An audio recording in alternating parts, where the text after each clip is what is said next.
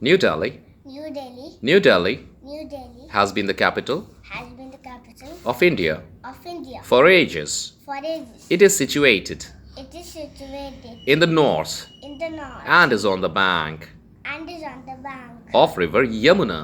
of river Yamuna. It is the political center It is the political center and a metropolitan city.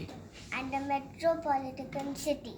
It is famous It is famous for the Qutub Minar, for the Qutub Minar, the Red Fort, the Red Fort, the India Gate, the India Gate, and the Parliament House. and the Parliament House. It has many good colleges, It has many good colleges, excellent hospitals, excellent hospitals, and major markets. and major markets. People People from all parts from all parts of India of India have come here have come here and settled.